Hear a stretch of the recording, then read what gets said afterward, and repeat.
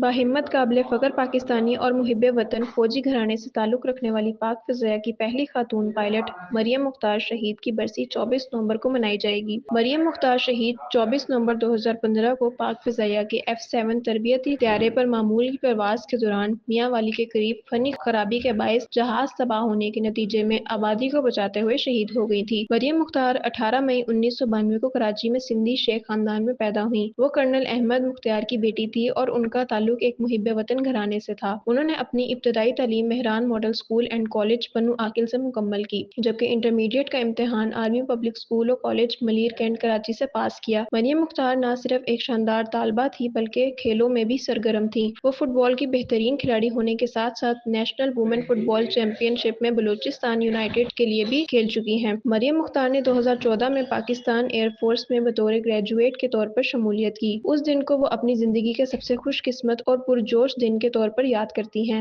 اسے PAF بیس MM عالم میں fighter pilot کی تربیت حاصل کرنے کے لیے تعینات کیا گیا، جہاں انہوں نے یہ سخت سے سخت تربیت پورے جوش اور ولولے سے حاصل کرنا شروع کر دی۔ ان کا تعلق PAF کے 132ویں GD پائلٹ کورس سے تھا، جس میں 6 دیگر خواتین بھی شریک تھیں، اور اس طرح پاکستان کی تاریخ میں اپنا نام درج کروا لیا۔ انہوں نے فلاحی و خیراتی کاموں میں بھی بڑھ چڑھ کر حصہ لیا۔ وہ ایک ایسے تعلیمی ادارے کی بھی معاونت کر رہی تھی جہاں ایسے غریب و نادار بچوں کو داخل کیا گیا تھا جو فیس ادا نہیں کر سکتے تھے۔